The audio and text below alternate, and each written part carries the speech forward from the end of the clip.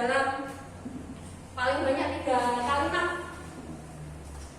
Menurut Bapak Ibu, apa yang terbersit dalam benak Bapak Ibu ketika mendengar kata Ki Hajar Dewantara?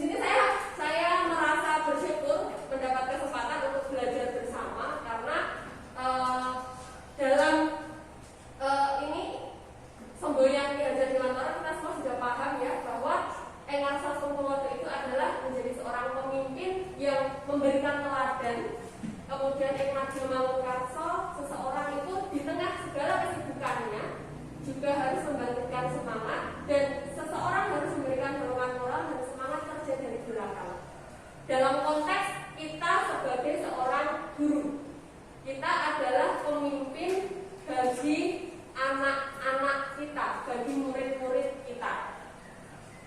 Nah, pada modul 1.1 di situ kami mempelajari tentang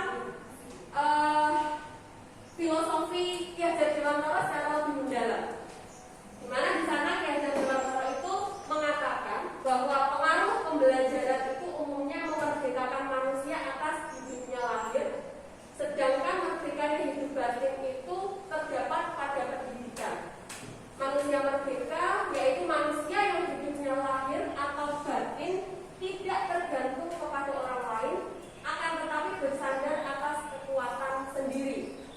Jadi tujuan pendidikan kita, tujuan pendidikan Ki Hajar Dewantara itu adalah yang pertama anak, yang kedua anak, yang ketiga anak. Tujuan pendidikan adalah anak. Dan tujuan Ki Hajar Dewantara ini masih relevan sampai sekarang dan justru diangkat kembali, dikupas kembali. Saya rangkum filosofi pendidikan Ki Hajar Dewantara itu dalam beberapa poin-poin. Yang pertama adalah menuntun, bahwa pendidikan itu menuntun segala kekuatan kodrat anak agar mencapai keselamatan dan kebahagiaan setinggi-tingginya sebagai manusia. Karena anak itu tentu lahir dengan sifat-sifat yang berbeda, dengan potensi yang berbeda. Kita sebagai guru harus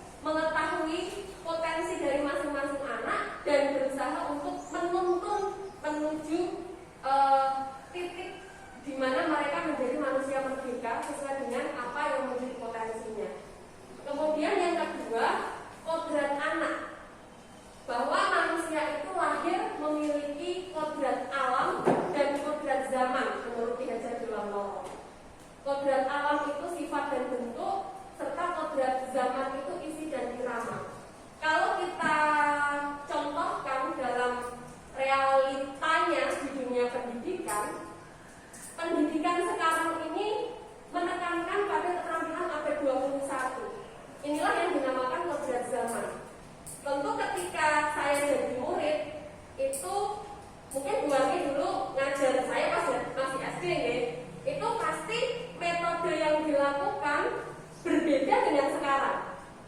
Mungkin nama buatan Bu Warni? Betul, karena zamannya berbeda. Kemudian konteks sosial budaya, inilah yang dinamakan kodrat alam. Misalkan kita tadi Pak Mirza mengatakan bahwa ya bukan kiblat kita ya, kita belajar dari banyak tempat. Ada yang dari barat, ada yang dari mungkin negara-negara Asia yang lain. Tapi kita tidak serta-merta mengambil ilmu itu langsung kita terapkan di tempat kita, tetapi kita adopsi, kita adaptasi sesuai dengan budaya yang ada di tempat kita.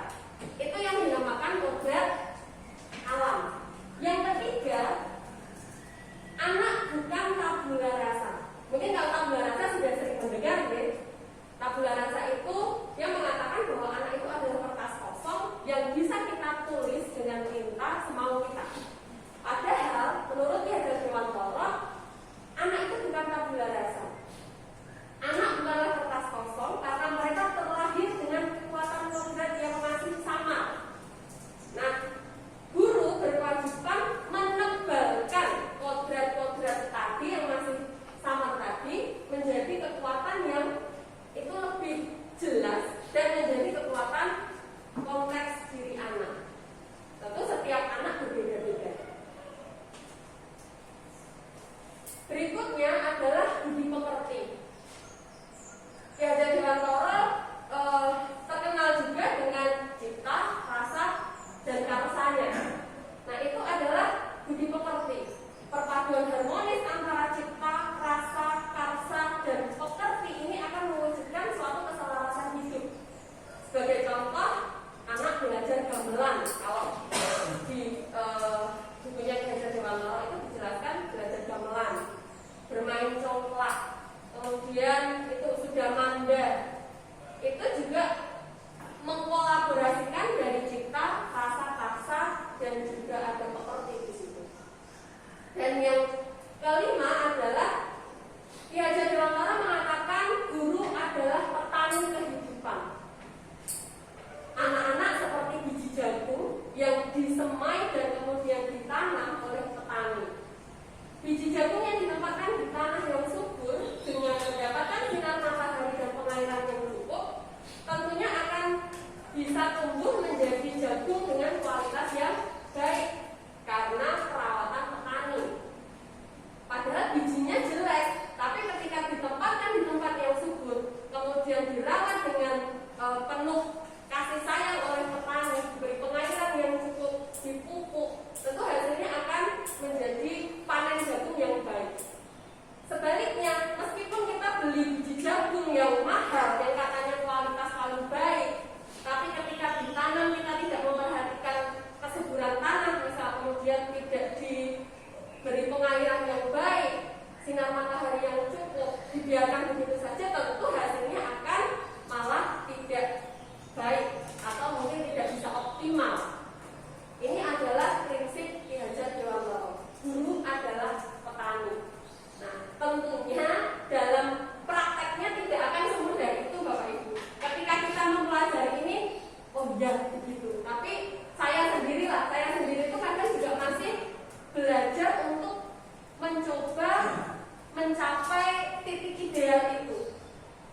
Meskipun susah, tentu tidak akan langsung sekejap bisa seperti ini.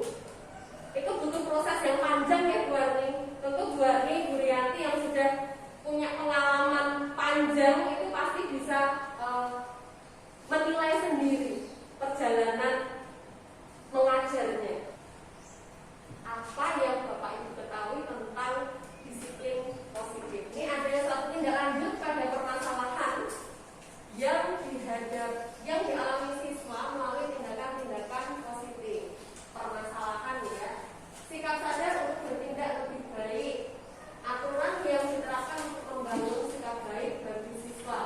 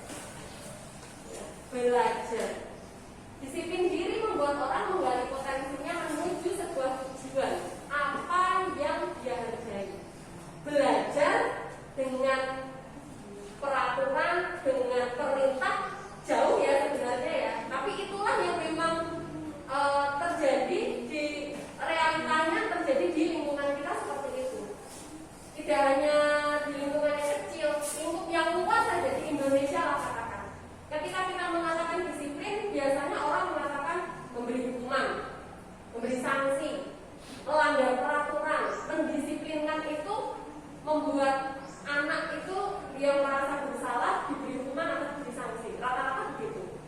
Menuruti perintah, nah gitu. Padahal ternyata disiplin itu adalah belajar. Ya belajar apa saja. Namun dalam budaya kita makna kata disiplin telah berubah menjadi sesuatu yang dilakukan seseorang pada orang lain untuk mendapatkan kepatuhan. Kita ibaratkan guru saja. Ketika anak-anak melakukan kesalahan, kita langsung misalkan menegurnya, memberikan hukuman supaya mereka patuh pada guru. Ternyata ini adalah sebuah miskonsepsi tentang disiplin.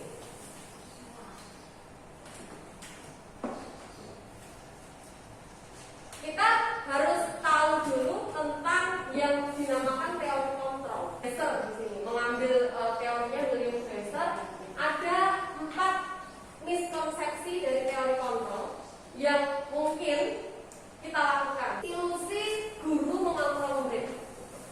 Ilusi itu dalam artian dibenarkan. Jadi guru kalau mengontrol murid ya nggak apa-apa, memang itu tugasnya. Padahal itu miskonsepsi kontrol. Mengontrol tidak seperti itu. Yang kedua, ilusi bahwa semua penguatan positif bermanfaat untuk mengontrol murid. Bagi kita melakukan penguatan positif kok, ini untuk anak kok, ini untuk kebaikan anak kok, gitu. Ternyata itu ilusi. Yang ketiga, ilusi bahwa kritik dan membuat orang merasa bersalah dapat menguatkan karakter. Ilusi bahwa orang dewasa memiliki hak untuk memaksa. Kita sebagai guru, sebagai orang dewasa memiliki hak untuk memaksa anak untuk melakukan sesuatu. 4 miskonsepsi ini harusnya kita mulai tinggalkan untuk mencapai budaya positif dalam lingkungan sekolah kita.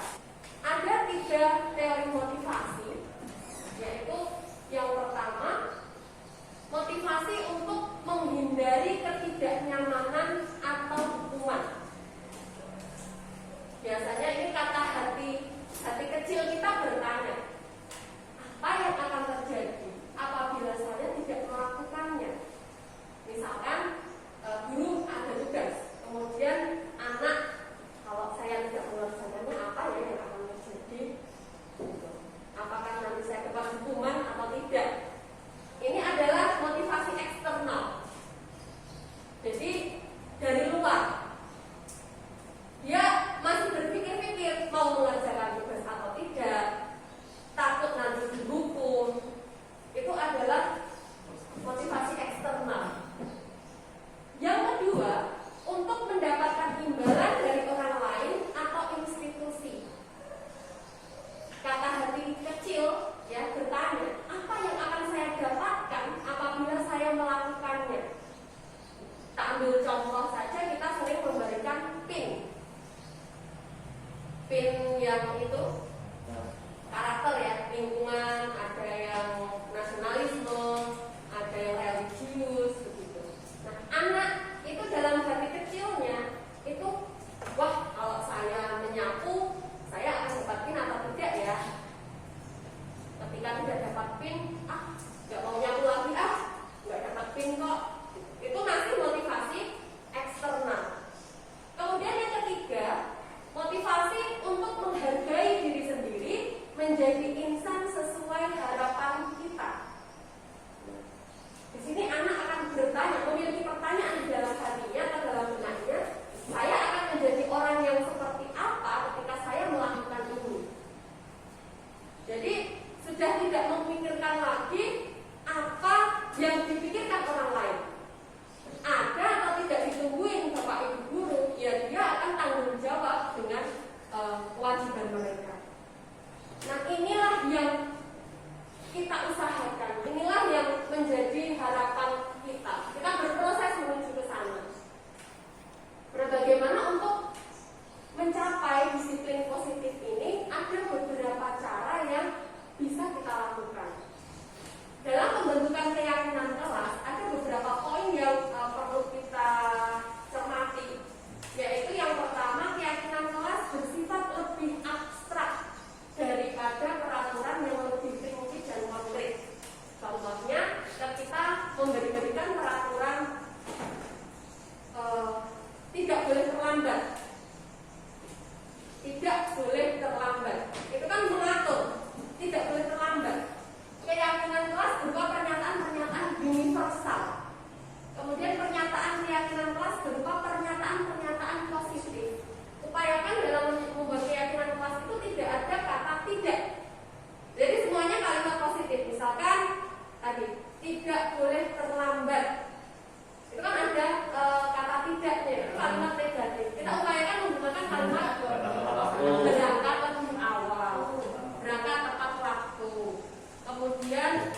boleh gaduh saat pembelajaran. Bisa diganti memperhatikan guru, menghormati guru, seperti itu. Keyakinan kelas hendaknya tidak terlalu banyak sehingga mudah diingat dan dipahami semua warga kelas. Nanti ketika sudah terbentuk keyakinan kelas bisa ditempel, bisa anak-anak setiap hari bisa melihatnya. Namun jangan terlalu banyak karena anak-anak biasanya lupa. Kemudian bersedia meninjau kembali keyakinan kelas dari waktu ke waktu. Jadi bukan suatu hal yang mutlak, bisa dilakukan perubahan, penambahan atau revisi seiring berjalannya waktu. Karena kunci dari belajar adalah refleksi. Kita harus selalu melakukan refleksi apakah yang kita lakukan itu sudah sesuai atau belum, perlu ditingkatkan, apa yang salah kita perbaiki, itu harus selalu dilakukan. Nah, ini saya ambil contoh kelas saya di semester 1. Yang saya pikir ini adalah keyakinan kelas, karena waktu itu memang ini disusun bersama dengan anak-anak. Tapi ternyata ketika dilihat ini masih merupakan satu peraturan. Contohnya di sini mengikuti pembelajaran sesuai waktu yang telah ditentukan, mengerjakan tugas dari bapak dan ibu guru, mengisi presensi. Nah, masih ada kata tidak juga di sini, tidak boleh mencontek. Nah, ini sudah satu step lebih baik, yaitu disusun bersama anak-anak. Tapi ternyata belum sempurna. Nah, makanya kita sempurnakan kembali. Ketika awal semester 2 kita berusaha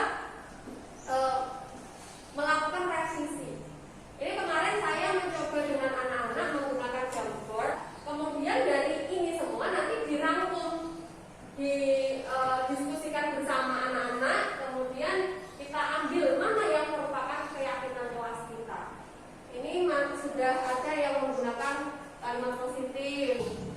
Setelah anak-anak semuanya membuat rumusan keyakinan yang mereka yakini itu dibahas bersama. Mana yang akan kita ambil sebagai keyakinan kelas kita. Nah, ini kemarin ada 6. Kami guru dan murid yang saling menyayangi. Ini kan lebih universal. Dengan harapan tadi sambil kita berproses untuk melatih motivasi intrinsik anak. Kami murid yang menghormati guru. Menghormati di sini tentu sudah masuk ketika ada guru mengajar, harus memperhatikan. Karena kita bertemu guru, kita memberi salam, itu sudah termasuk menghormati. Jadi keyakinannya itu lebih universal. Kemudian kami murid yang semangat belajar. Semangat belajar di sini sudah mencakup rajin mengerjakan, rajin literasi membaca tanpa disuruh. Jadi guru biasanya hanya mengingatkan, ya di rumah nanti dibaca ya. Jadi kalau anak semangat tentu dia akan melakukannya tanpa diawasi. Kami murid yang peduli dengan teman-teman. Kalau mereka peduli tentu tidak akan mengejek, tidak akan mencelakai dan sebagainya. Kami murid yang mencintai lingkungan. Kami murid yang menerapkan protokol kesehatan. Ini yang kami ambil sebagai keyakinan kelas yang berasal dari kesepakatan yang dilakukan bersama. Satu berbeda dengan yang tadi. Yang tadi masih langsung mengatur gitu. Kalau ini kan sudah universal. Ya nanti pada prosesnya tentu tidak akan langsung, anak-anak langsung jadi ini. Tidak, tentu pasti ada juga yang nantinya melanggar. Nah, itu kita berproses. Kita perlu paham ada 5 kebutuhan dasar manusia. Kebutuhan bertahan hidup, cinta dan kasih sayang, penguasaan, kebebasan dan kesenangan. Setiap manusia, setiap anak pasti memiliki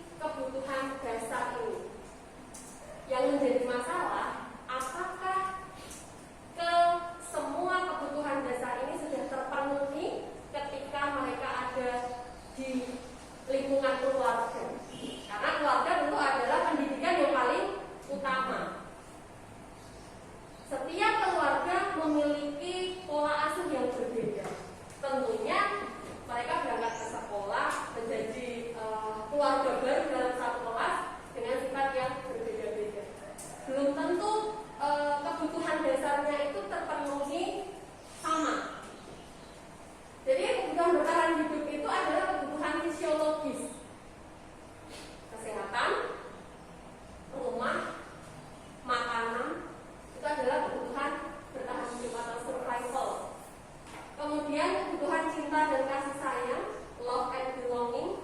Ini merupakan, kalau yang ini kan fisik ya, ini psikologis, kebutuhan psikologis anak. Itu hubungannya dengan koneksi sosial, keluarga, dan teman. Kadang kan kalau dalam anak-anak kita lihat ada yang dia tidak begitu mudah bergaul. Itu bisa saja kebutuhan cinta dan kasih sayang yang belum terpenuhi. Nah, yang seperti ini kan biasanya yang nanti akhirnya melakukan suatu permasalahan atau pelanggaran. Kemudian yang berikutnya adalah kebutuhan penguasaan atau power. Kebutuhan untuk mencapai sesuatu ini biasanya berupa pencapaian, kompeten, dianggap, diakui, ya, berupa pengakuan oleh orang lain. Kemudian ada kebebasan atau freedom, kebutuhan akan kemandirian dan memiliki pilihan. Yang berikutnya adalah kebutuhan kesenangan atau fun, kebutuhan untuk mencari kesenangan, bermain dan tertawa. Ini adalah kebutuhan dasar manusia secara umum, kebutuhan kita juga. Nah, kita bisa mengidentifikasi sendiri apakah kebutuhan dasar kita ini sudah terpenuhi. Kalau semuanya terpenuhi, insya Allah ya hidupnya mulus-mulus saja, tidak ada permasalahan. Namun saya yakin pada realitanya paling tidak ada beberapa kebutuhan yang itu yang mungkin terpenuhinya baru 5%, 10%. Itu mengakibatkan kita mencari cara bagaimana untuk memenuhi kebutuhan ini. Dalam konteks anak sama juga demikian. Posisi guru dalam mengontrol murid. Jadi tadi kita sudah memahami bagaimana kebutuhan dasar anak. Kemudian kita harus bisa menerapkan posisi kontrol yang tepat. Yang pertama adalah menghukum. Kita sambil mungkin bisa refleksi ya. Saya sendiri itu juga merasa kadang masih melakukan ini, masih melakukan ini. Kita refleksi bersama. Seorang guru dengan posisi penghukum itu sikap yang ditunjukkan adalah senantiasa percaya hanya ada satu cara untuk pembelajaran yang berhasil. Pembelajaran dalam artian segala hal yang pembelajaran akademik, juga karakter, itu dia mempercayai hanya cara dia yang berhasil. Sekolah memerlukan sistem yang dapat menekan murid. Ketika murid merasa ditekan, dia akan disiplin. Guru penghukum mempercayai hal demikian. Padahal ketika anak tertekan, oke, dia akan istilahnya mengikuti apa yang dikatakan oleh guru. Tapi ketika sudah selesai, apakah anak tersebut tidak mengulanginya lagi? Bisa mengulangi. Coba Pak Rizky, ada nggak Pak murid di kelas yang seperti itu? Banyak. Terutama yang laki-laki ya. Ya. Nah, itu bisa jadi karena kita menerapkan posisi yang salah penghukum. Yang berikutnya membuat orang merasa bersalah. Guru menggunakan keheningan yang membuat murid tidak nyaman, merasa bersalah atau rendah diri. Nah, tadi saya katakan kadang kesake bapak ibumu tenang. Yang itu kan lebih halus daripada menghukum. Tapi sama saja nyerang psikis anak. Jadi dia merasa tidak nyaman, merasa bersalah, tapi hanya merasa bersalah saja. Namun dia tidak menyadari apa yang dia lakukan itu salah. Jadi misalkan dia mengecewakan cari, guru mengatakan, coba kalau orang tua membutuhkan, coba kalau dia nanti orang tuanya menuntut orang tuamu, kamu nggak kasihan? Ada kan begitu? Nah itu anak itu merasa bersalah, tapi merasa bersalahnya itu kepada orang tuanya, bukan merasa bersalah dia sudah melakukan kesalahan. Bisa dibedakan ya Bapak Ibu.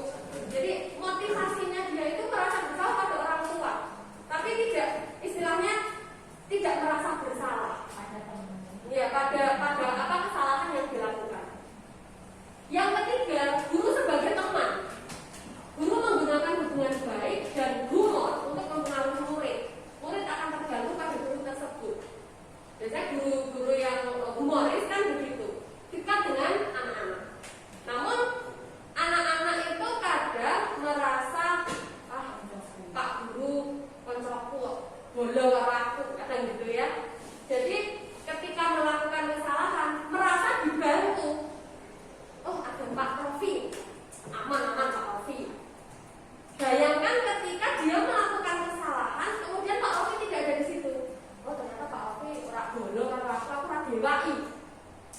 begitu. Jadi motivasinya adalah beda lagi nanti ketika guru menerapkan posisi sebagai teman.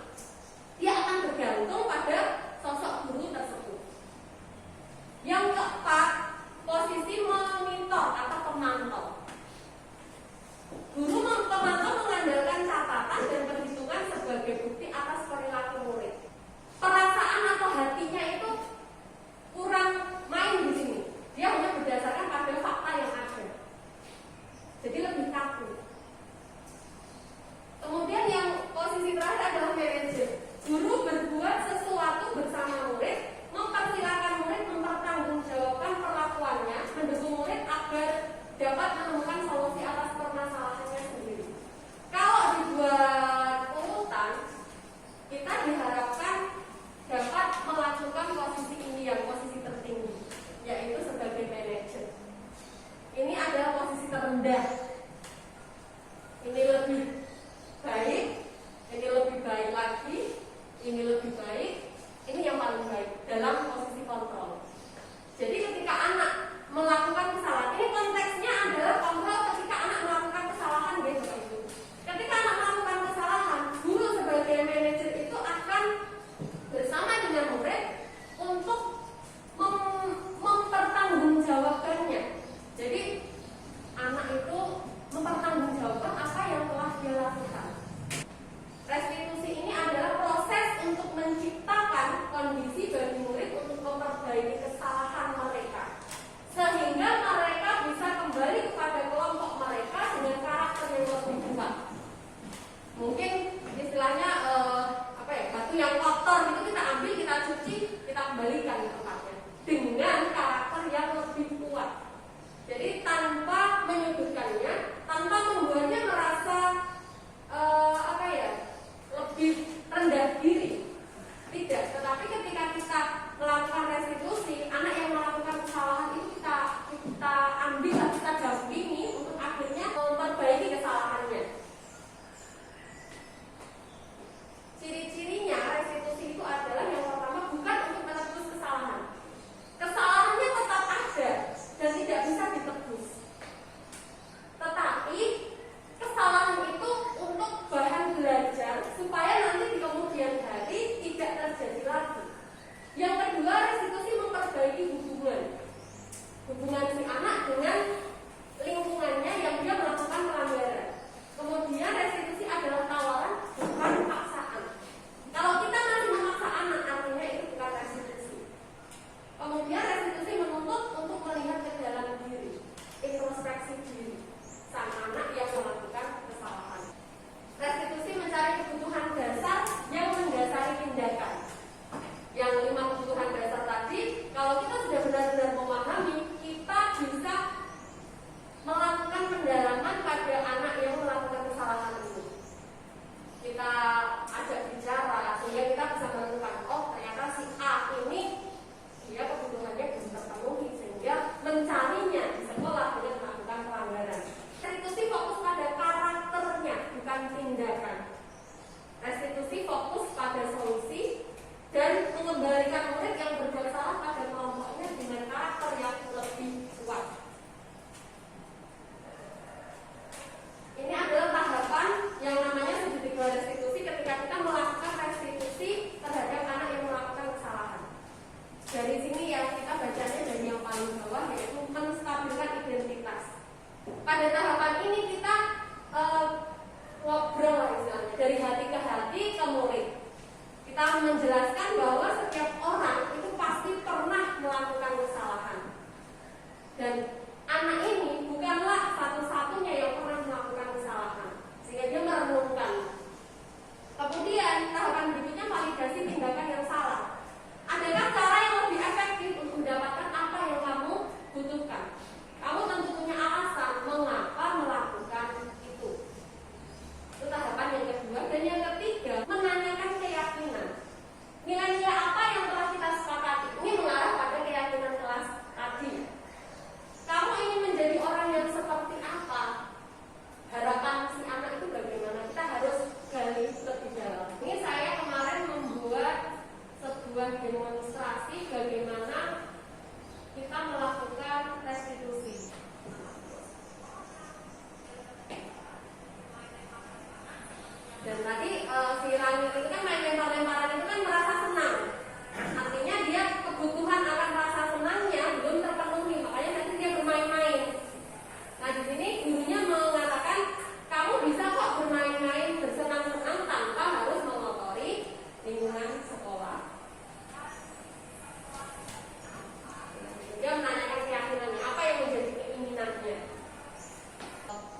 dari hatinya kalau oh ya saya salah, dan oh tapi Bu Guru nggak marah kok, dan oke saya berjanji saya tidak akan mengulanginya lagi, karena memang alasan tadi, validasinya tadi guru sudah menjelaskan bahwa apa yang kamu lakukan itu begini loh, dan kamu bisa melakukan hal, contohnya tadi kan yang membuang sampah itu kan main-main karena dia senang lempar-lemparan. Kamu bisa kok main yang lain untuk bersenang-senang tapi tidak mengotori lingkungan sekolah. Sebuah studi kasus, Ibu Dani sedang menjelaskan pelajaran bahasa Inggris di papan tulis. Namun beliau memperhatikan bahwa Fajar malah tidur-tiduran dan tampak acuh tak acuh pada pelajarannya. Fajar, coba jawab pertanyaan nomor 3. Maju ke depan dan kerjakan di papan tulis. Fajar pun tampak malas-malasan maju ke depan, dan sesampainya di depan papan tulis pun Fajar hanya diam terpaku sambil memegang buku bahasa Inggrisnya dan memainkan spidol di tangannya. Ayo Fajar, makanya jangan tidur-tiduran. Lain kali perhatikan, galak ya ibunya. Sudah sana, duduk kembali. Kira-kira siapa yang bisa menawarkan pada anak yang lain? Fajar pun kembali duduk di bangkunya. Hal seperti ini sudah sering kali terjadi pada Fajar. Sepertinya tidak memperhatikan, acuh tak acuh, kemudian nilai-nilainya tidak terlalu bagus untuk pelajaran bahasa Inggris. Pada saat ditegur oleh Ibu Dani, Fajar hanya menjawab, nggak tahu Bu. Ibu Dani pun menjawab, gimana sih Fajar? Kamu nggak kasihan ya sama ibu? Ibu sudah capek-capek mengajarkan kamu, nggak kasihan sama ibu? Gitu. Dan Fajar pun diam membisu. Nah, apa yang bisa kita petik dari tadi kasus tadi? Posisi kontrol apa yang diambil oleh Ibu Dani dalam pendekatan kepada Fajar? Kira-kira, Pak Rizky? Membuat merasa bersalah. Apalagi yang menurut Bapak itu muncul dari tindakan Ibu Dani tadi bagi Fajar. Tujuan dasar itu kan itu ada berbagai macam tuh. Nah, saya kembali lagi ke anak dan orang tuanya. Tapi ketika di sekolah itu, oke, anak ini kan ada berbagai macam nih. Ada berbagai orang kaya, orang seperti itu, orang pintar, orang yang kasih sayangnya lebih, perhatikan. Tapi dalam kenyataannya, ya kita di sekolah itu ketemu dengan orang dengan berbagai macam kebutuhan yang dasar itu, tapi ternyata anak itu tidak ya berbagai macam karakter juga, ada yang terjadinya berbagai macam karakter. Nah itu ada yang anaknya contoh aja kecil yang mengerjakan tugas, anak kurangnya kasih sayang, perhatian, anak itu diem aja di kelas. Nah itu seperti itu. Ini bagaimana pendapat solusinya. Terima kasih Pak Bagus. Yang pertama tadi tentang disiplin positif punishment ya. Oke. Tadi saya katakan di awal bahwa ini adalah teorinya. Untuk mencapai ideal tentu tidak semudah itu. Pasti butuh proses yang panjang dan berliku. Tadi oke lah katakan kita bisa mulai membiasakan, kita bisa berubah di lingkungan sekolah. Tapi bagaimana jika di rumah masih seperti itu? Itu kan masih tak bagus. Yeah. Nah, inilah tadi tergerak, bergerak, menggerakkan. Kita mulai dulu dari diri sendiri, gak usah lihat orang lain. Kita kalau sebagai guru berarti kita coba di kelas sendiri.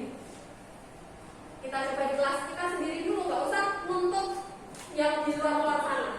Itu nanti akan seperti apa itu kalau istilahnya domino efek ya.